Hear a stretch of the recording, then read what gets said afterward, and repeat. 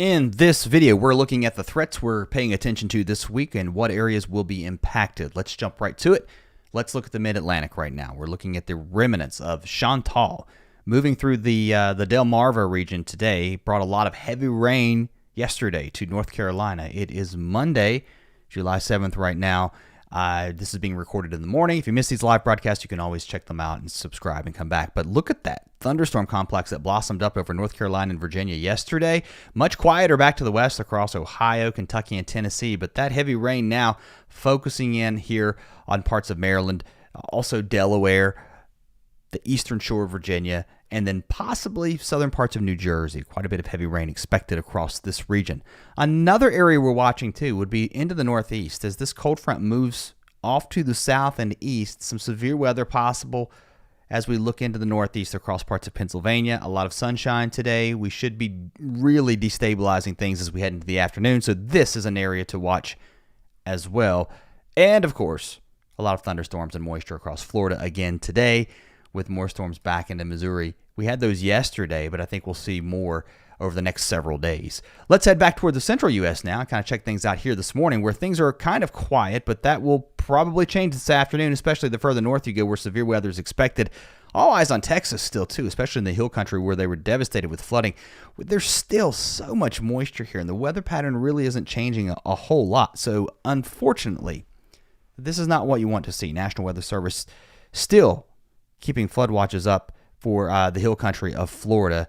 Looking at some of the discussions earlier this morning, I was digging into some of those details.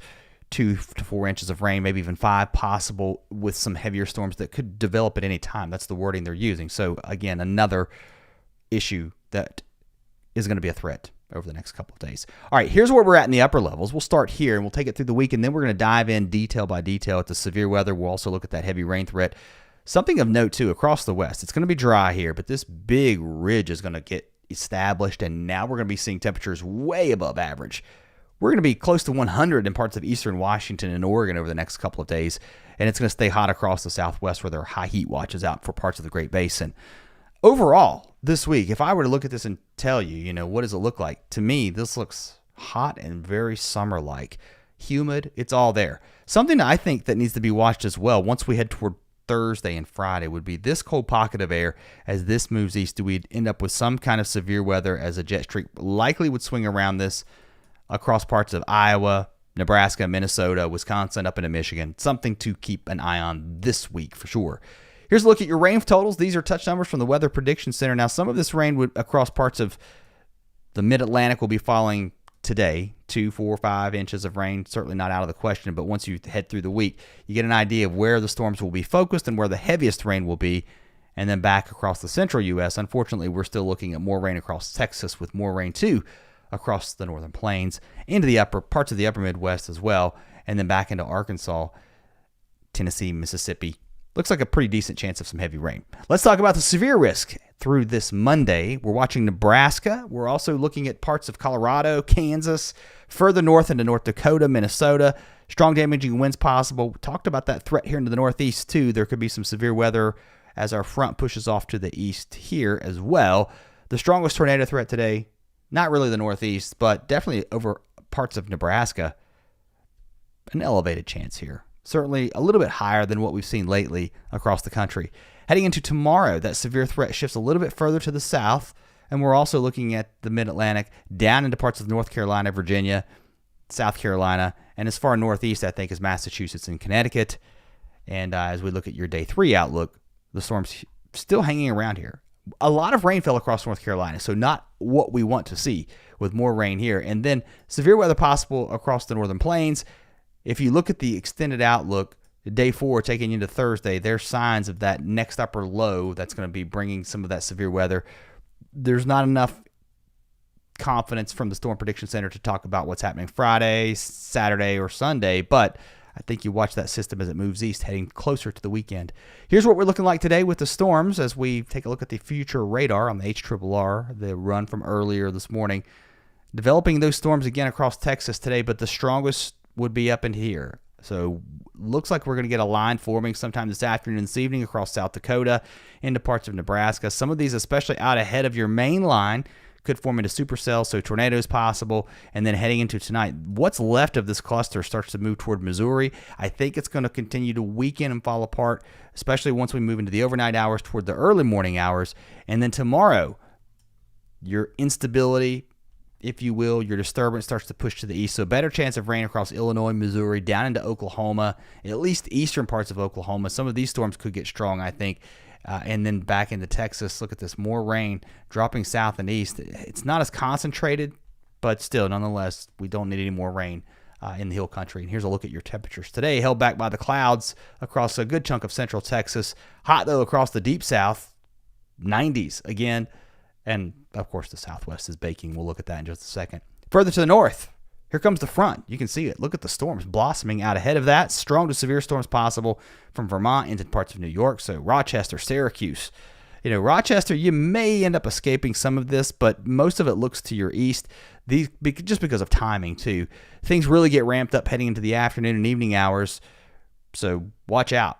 Also, as far south, I think, as Pennsylvania, northern West Virginia. Some of these could pulse up into the afternoon, especially by the time we get toward the dinner time hour. And then this all pushes south, things settling down quite a bit once we get past midnight, and then a cluster of storms moving out of Wisconsin. This disturbance could bring some storms back into Illinois heading into Tuesday night, into Wednesday, pushing toward Chicago, up towards Indianapolis. It doesn't look as strong, but more rain on the way across this part of the country. With a look at your temperatures today, now keep in mind, if you're out ahead of the storms, you're looking at your numbers, you're going to get warm, but look how fast you cool down with that rain-cooled air.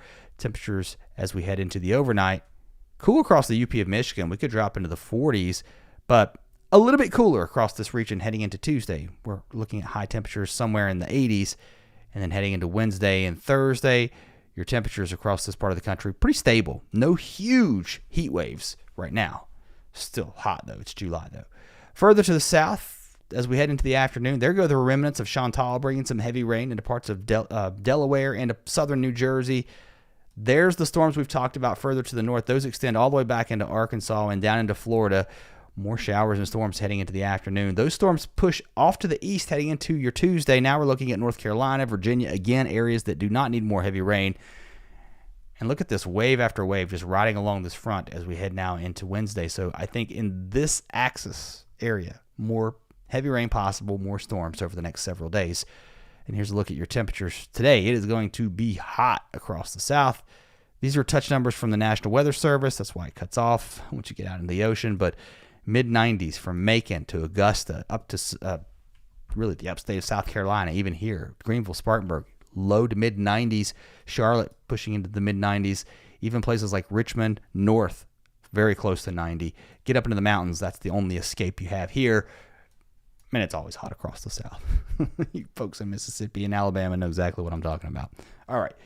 Further to the north, this is where some severe weather would be today. We're going to look a little bit closer at this. Once we head through the afternoon, these storms really get going. This is really diving in on these across parts of New York. You can see those pushing east into Maine. Heavy rain with these downpours, gusty winds, maybe even some small hail. Tomorrow, much quieter across this part of the country. And here's a look at your temperatures today. Hot across the cities, pushing close to 90 in New York anyway. Across the west, it's dry here. It's dry, it's hot. Maybe a few showers across parts of New Mexico and Colorado, but other than that, some rain tries to push into parts of British Columbia and northwest Washington. So Seattle, we may see some showers, maybe some relief to this heat. Look at the temperatures today, into the 100s, possible, especially into the lower elevations of eastern Oregon and Washington. The Central Valley of California well into the 100s, and the Great Basin is just baking. Heading into tomorrow, it gets even hotter. Boise could be pushing close to 100 again. Hot weather on the way. It's July, folks. It is what it is. All right. Thanks for watching, guys. I will catch you next time.